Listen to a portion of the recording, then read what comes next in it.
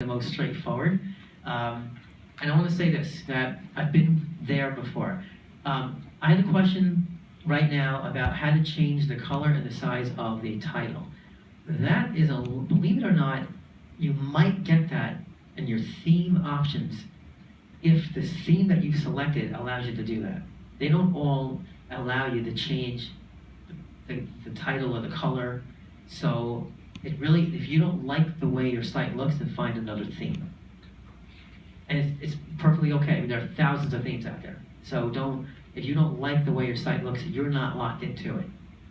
You can change the theme even after you post it. Even after, yeah. I mean, as a matter of fact, you have a lot of traffic coming to your website. They're not going to want to see the same looking website anyway. Everybody updates their sites. We just updated Us Weekly, the magazine, so. See, I had the same problem is when I go to themes and I have image there and I want to change the size of an image. Again, same issue, I can't do anything. So I tried like 15 different templates and I can't do anything in there. Yes, because the question is that a lot of these modern themes today are made for mobile devices, by the way. When I got into website design, there were no mobile devices, okay? And there's actually a term for that in the web design field. It's called responsive. Responsive websites, your responsive site, and you might read the theme descriptions and it might say, hey, this is responsive. And that's what you want, because you want people to be able to go to your website and make it look really good on a mobile device. Everything today is mobile first because people travel with their mobile devices. They don't travel with their laptops or their desktops. So when you're looking for a new theme, you can read the description and make sure it says responsive. And if that's the case, there are options, depending on who wrote the theme, that will allow you to change that image. But every theme developer has their own set of options. So you're welcome to change the theme, but also look for a theme option that allows you to change that image. It may be available, and it may not be. It all depends on what the theme developer decided to do before that theme became available. So there's no way you can change your own, because I went through literally 15 sites to find something and I was not able to find it, to change the size. So what do you suggest for that situation? Okay, so the question is, if I can't change the image. Yeah, customize the image. Like if I mean, I can change the size according to that, but I just had a hard time trying to customize it according to what I want. What do you suggest? I mean, and I tried literally 15 different websites to see if I can customize it, but most of them don't give you any controls on anything. That's true. Everybody hear the question? Well, actually, the question is that if you download a certain theme and it has a top cover image, and that image really isn't relevant to your content or the theme of your own website, then how do I change it? Or am I stuck with it? No, I can change it. I know how to change it, but the dimensions, I'm stuck with Are we stuck with the dimensions? Because that's not a dimension. Yeah. Then the question is, am I stuck with the dimensions? The dimensions are the width of that image and the height of that image. And yes, because you still want the website to look as best as possible on desktop and mobile. So the theme developer picked a certain dimension at that moment. What you can do is you can actually search Google with that dimension. There are search tools that you can't just put a keyword in. You can actually put the dimensions in, and Google will return you those images with that size. I'm creating my own dimension. That's great.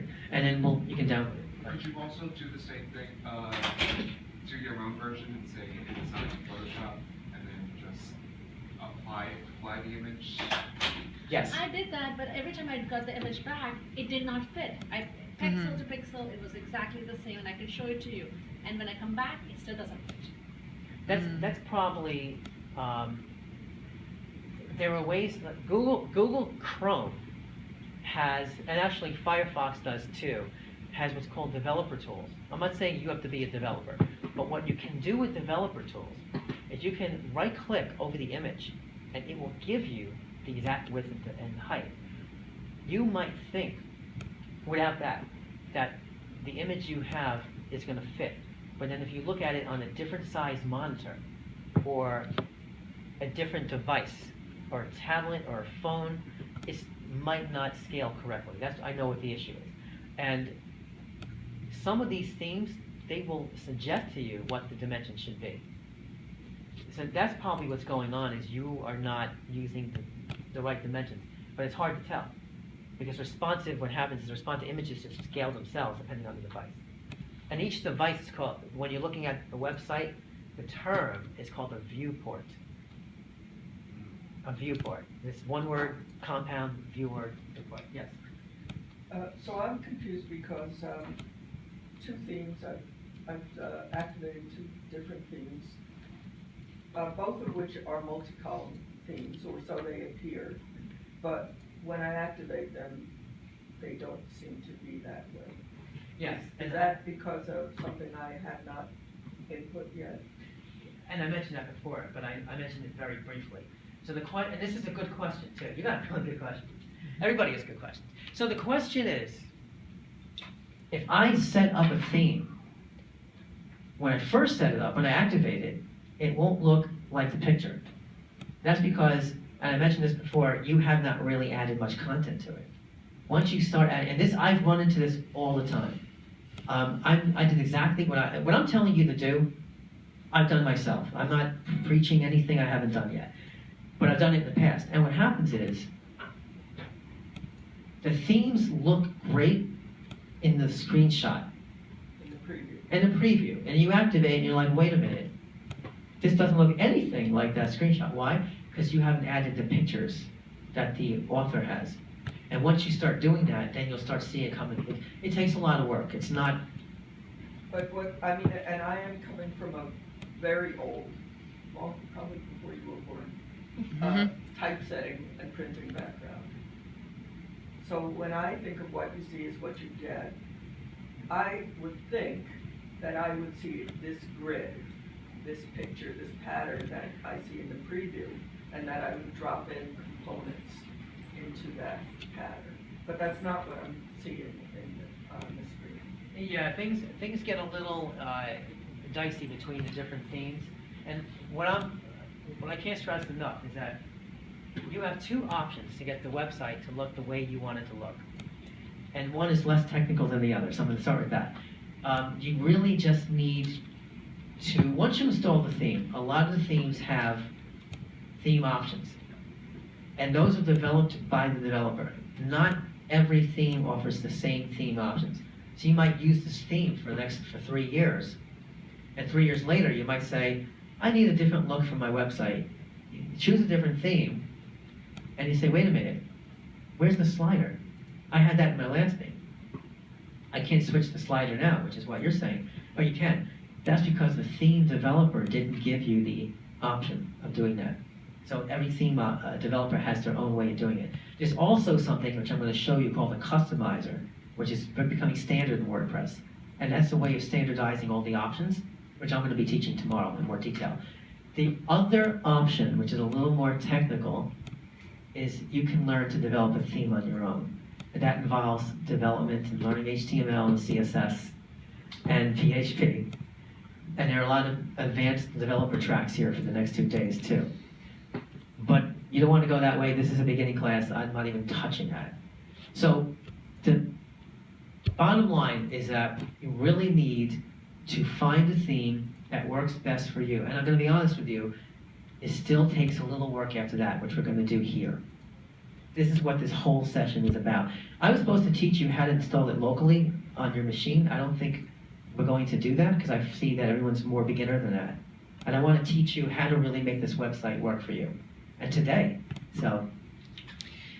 So actually, like over here under themes, you can customize each theme. So when I click the customize, it actually allows you to change the font and everything. So maybe that's something like yeah, that's a great, I was going to get to that. Remember I just mentioned the customizer? Yeah. That's what you just did. So Ivana just told me that you can customize your themes. And that's where all the work starts going besides you writing custom. So here's what we're going to do. Let's go back to edit our page. And let's go back to this main screen right here. Make sure everybody's on these screens. How does it? Oh, there might be a left arrow that you can actually get to the options, that toolbar. Make sure everybody's on that. So you should be back in the toolbar and click that arrow. You might lose your changes. You can actually save it. No, that's what I did.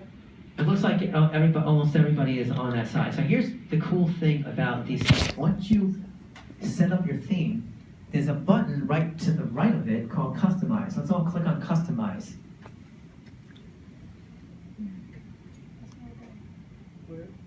Next to the teams. I'm going a little fast. I'm sorry. Let's do this again. So right here, if you go, remember everybody should see the left toolbar. It's over here, and there's that button right there that says Customize. Click on that button. Has everybody done that? Okay. Once you see this extra bar that comes out on the left, it's called what? I just said it. Customizer. It's called the custom. Why not? Click Customize, you go to the Customizer. And it's being that I'm also a theme developer, my whole session tomorrow is on how to program the Customizer. So this gives you a lot more options, what you want to do. So let's do something. Let's click on, you might not have this because this also comes from the theme as well. Click on, I want to use something that everybody can use at the same time. Click on widgets, third to bottom. It might be different for yours, your theme. Widgets comes out of the box with WordPress. And what you can do with widgets, I'm going to do this again. I think some people are still looking. So I'm on the widget link. So the third to last on mine, it might be different for yours, but everybody should have a widget. Does anybody not? What widgets do, and you get really cool widgets when you install plugins, and sometimes they come with their own themes. I think I went to the wrong, I went to content options. Okay.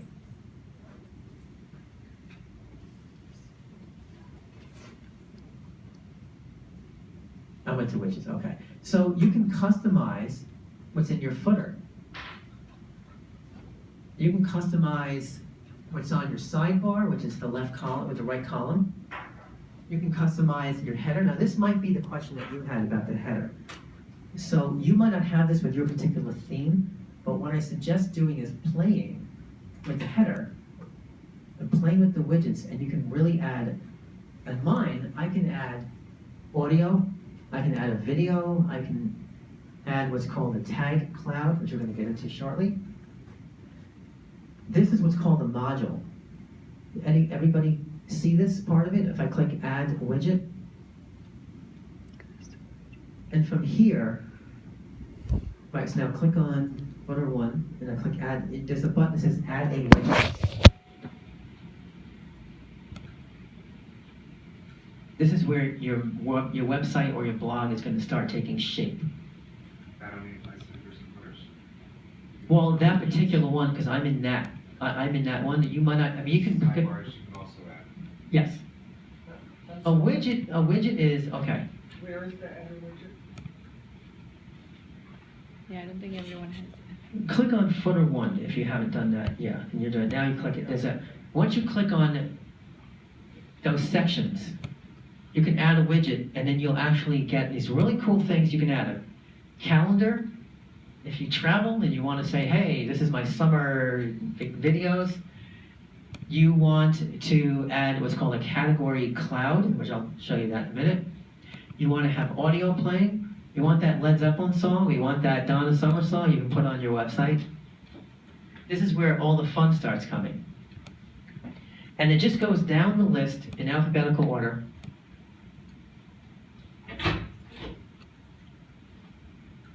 And of course, my favorite is a video.